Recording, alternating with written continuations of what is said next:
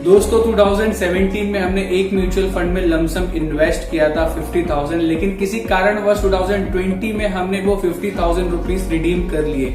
लेकिन वही mutual fund हमने आज तक कंटिन्यू रखा होता तो 2022 के नवंबर महीने में ये इन्वेस्टमेंट हमें कितने पैसे दे चुकी होती, बस वही आपको इस वीडियो में दिखाएंगे। लेकिन उससे पहले आपको ये बता दें कि लमसम इन्वेस्टमेंट होती क्या है। लमसम यानी कि किसी भी एक इन्वेस्टमेंट स्ट्रीम में आप एक मोटा पैसा इन्वेस्ट करना चाहते हैं। मान लीजिए आपको एक म्यूचुअल फंड पसंद आया या फिर आप इक्विटी म्यूचुअल फंड में इन्वेस्ट करना चाहते हैं, तो आप पिछले कुछ साल से कमाते आ रहे हैं, तो आपने एफडी बना के रखी है या फिर आपने अपने सेव अकाउंट में पैसे रखे हैं संभाल के अपने लिए, तो उन पैसों को, एक मोटे पैसे को आप निकाल के किसी म्यूचुअल फंड में इन्वेस्ट करते हैं, बड़ा पैसा 50,000, लाख रुपए, 2 लाख रुपए, तो उस प्रकार की इन्वेस्टमेंट को लमसम इन्वेस्टमेंट कहा जाता है।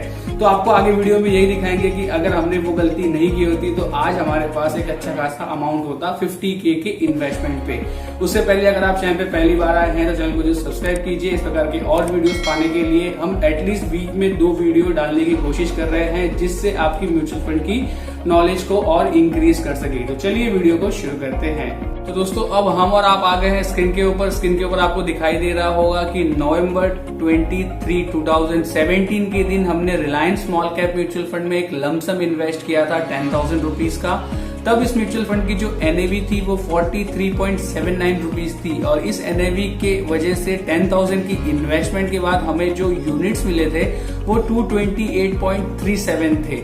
इसी म्यूचुअल फंड में 2 वीक के बाद यानी कि दिसंबर 6, 2017 में हमने और 40,000 रुपीज लमसम इन्वेस्ट किए, और तब इसकी एनएवी थी 44.45 रुपीज, और इस एनएवी के चलते हमें इस म्यूचुअल फंड में मिला था 899.77 यूनिट्स।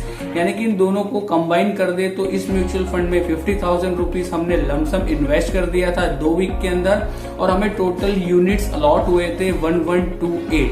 यहाँ तक तो ठीक था दोस्तों। 2019 में मार्केट ने बहुत अच्छा परफॉर्म नहीं किया, ऑलमोस्ट सारी इन्वेस्टमेंट स्लो डाउन जैसी हो गई थी, और कोविड के थोड़े वक्त पहले हमारा ये इन्वेस्टमेंट 40,000 रुपीज के आसपास हो चुका था।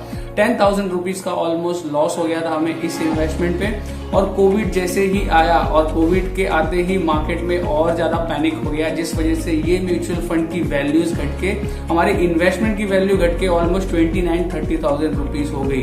तो 40% का मुझे इस इन्वेस्टमेंट में लॉस हो चुका था, जिस वजह से मैंने इस इन्वेस्टमेंट को तब तो नहीं बेचा। लेकिन कोविड के बाद जो रिकवरी हुई उसके बाद आप देख पा रहे होंगे स्क्रीन के ऊपर 2020 में ही दिसंबर महीने के अंदर इस म्यूचुअल फंड का जो एनएवी था वो बढ़ के हो गया 51.66। इस समय मुझे थोड़ा सा पैसे की जरूरत थी, और दूसरे किसी कारणवश मैंने अपने इस म्यूचुअल फंड के यूनिट्स को सेल कर दिया। मैंने 50,000 रुपीज रिडीम कर दिए। इन 50,000 रुपीज के लिए म्यूचुअल फंड ने टोटल 966 यूनिट्स को सेल कर दिया। यानी कि मेरे 1128 में से 966 यूनिट्स माइनस हो गए, मेरे पास 154 यूनिट्स बच गए और 50,000 रुपीज निकल गए।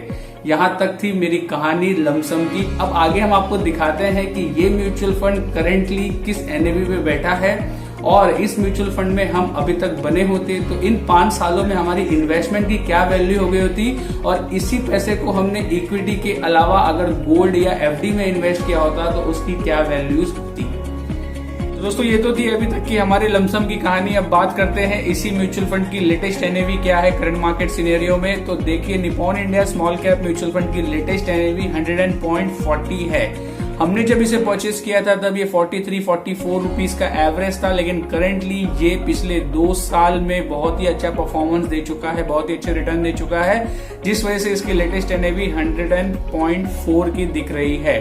प्रीवियसली ये Reliance small cap mutual fund था। 2018-19 में निपॉन इंडिया ने इसे टेक ओवर कर लिया है। जब से ये म्यूचुअल फंड लॉन्च हुआ है तब से लेके अब तक इसने 25.21% के every year average return provide किए हैं उनके इन्वेस्टर्स को। अगर बात करें दोस्तों ट्रेलिंग रिटर्न और रैंक्स की, तो ये म्यूचुअल फंड पिछले 1 महीने में ऑलमोस्ट 3% के पॉजिटिव रिटर्न दे चुका है उनके इन्वेस्टर्स को, जबकि इसी म्यूचुअल फंड के दूसरे बेंचमार्क वाले म्यूचुअल फंड ने 2% का रिटर्न प्रोवाइड किया है। लास्ट 3 मंथ्स में इस म्यूचुअल फंड ने 7.78% रिटर्न प्रोवाइड किए हैं, जबकि दूसरे म्यूचुअल फंड 5.89% का रिटर्न प्रोवाइड कर चुके हैं। 6 मंथ्स की अगर बात करें तो इस म्यूचुअल फंड ने 6% के रिटर्न प्रोवाइड किए हैं, जबकि अदर म्यूचुअल फंड ऑलमोस्ट 2.5 से 3% के रिटर्न प्रोवाइड कर चुके हैं। लास्ट 1 ईयर में ये म्यूचुअल फंड 14.5% से ज्यादा के रिटर्न प्रोवाइड किया है और अदर्स म्यूचुअल फंड ने 5% के रिटर्न ही प्रोवाइड किए हैं। 3 इयर्स की बात करें तो 35.14% के एवरेज रिटर्न इस म्यूचुअल फंड ने प्रोवाइड किए हैं उनके इन्वेस्टर्स को, जबकि बेंचमार्क का रिटर्न है 31.47%। और लास्ट 5 इयर्स की बात करें तो एवरेज ईयरली रिटर्न 17.68% के हैं, जबकि अदर म्यूचुअल फंड यानी कि बेंचमार्क का रिटर्न 14.82% है। तो 1 month, 3 month, 6 month, 1 year, 3 years, 5 years, सारे पैरामीटर पे ये म्यूचुअल फंड उसके बेंचमार्क के दूसरे म्यूचुअल फंड से बहुत ही अच्छा रिटर्न दे रहा है उनके इन्वेस्टर्स को। अब बात करें इन्वेस्टमेंट रिटर्न कैलकुलेटर की, इस म्यूचुअल फंड में मैंने जैसे कि लमसम किया था 5 साल पहले, तो 5 साल पहले तो मैंने 50,000 रुपीज का इसमें लमसम कर दिया था। वो अभी तक मैं कंटिन्यू रखा होता तो वो अब तक मेरा टोटल कॉर्पस बिल्ड कर चुका होता, वो लमसम 1,13,000 रुपीज, यानी कि 63,000 रुपीज का मुझको उस इन्वेस्टमेंट पे गेन हो चुका होता। अब दोस्तों अगर बात करें कि इसी 50,000 को मैं अदर स्ट्रीम में इन्वेस्ट किया होता जैसे कि बैंक एफडी में, तो मेरा 50,000 रुपीज 7% एवरेज ईयरली रिटर्न के साथ 70,128 रुपीज बन चुके होते। गोल्ड में अगर मैंने इसी 50,000 रुपीज को इन्वेस्ट किया होता 2017 में, तो वो 10.37% के एवरेज रिटर्न के साथ 81,000 के आसपास बन चुके होते। जबकि इस म्यूचुअल फंड के अलावा मैं दूसरे बेंचमार्क वाले किसी दूसरे म्यूचुअल फंड में इन्वेस्ट करता सेम कैटेगरी में, तो वहां पे मुझे 14.36% के एवरेज रिटर्न के साथ 97,818 रुपीज का गेन हो सकता था। तो दोस्तों ये थी हमारी लमसम की कहानी। तो दोस्तों लमसम में इन्वेस्ट करके 2017 में हमने बहुत अच्छा काम किया था अपने लिए। म्यूचुअल फंड भी बहुत बेहतरीन था, रिलायंस स्मॉल कैप का, जो कि अच्छा एक म्यूचुअल फंड है स्मॉल कैप कैटेगरी का। लेकिन 2020 में जो रिडम्पशन की रिक्वेस्ट थी, वो रिडम्पशन की रिक्वेस्ट हमारे लिए एक गलत डिसीजन साबित हुई, क्योंकि 2022 में ही उस इन्वेस्टमेंट का ऑलमोस्ट डबल पैसा हमें मिल सकता था अगर उस म्यूचुअल फंड में अभी तक हम बने रहते थे। तो इस मिस्टेक से 2 लर्निंग आपको देने की कोशिश करेंगे। Learning number 1, equity investment is always subject to market risk.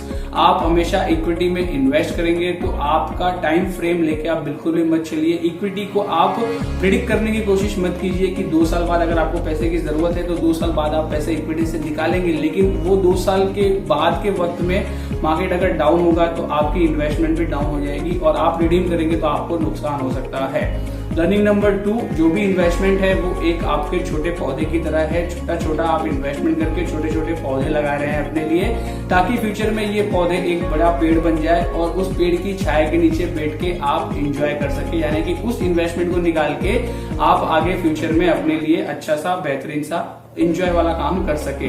तो ये थी वो लर्निंग जो हम आपको इस वीडियो के थ्रू देना चाहते थे। आपको ये वीडियो कैसी लगी प्लीज कमेंट करके बताइएगा। अच्छा लगा तो लाइक कीजिए, फैमिली फ्रेंड्स में शेयर कीजिए और चैनल को सब्सक्राइब नहीं किया है तो चैनल को जरूर सब्सक्राइब कीजिए। जल्दी मुलाकात होगी आपसे अगली वीडियो में, तब तक खुश रहिए, मस्त रहिए और इन्वेस्ट करते रहिए।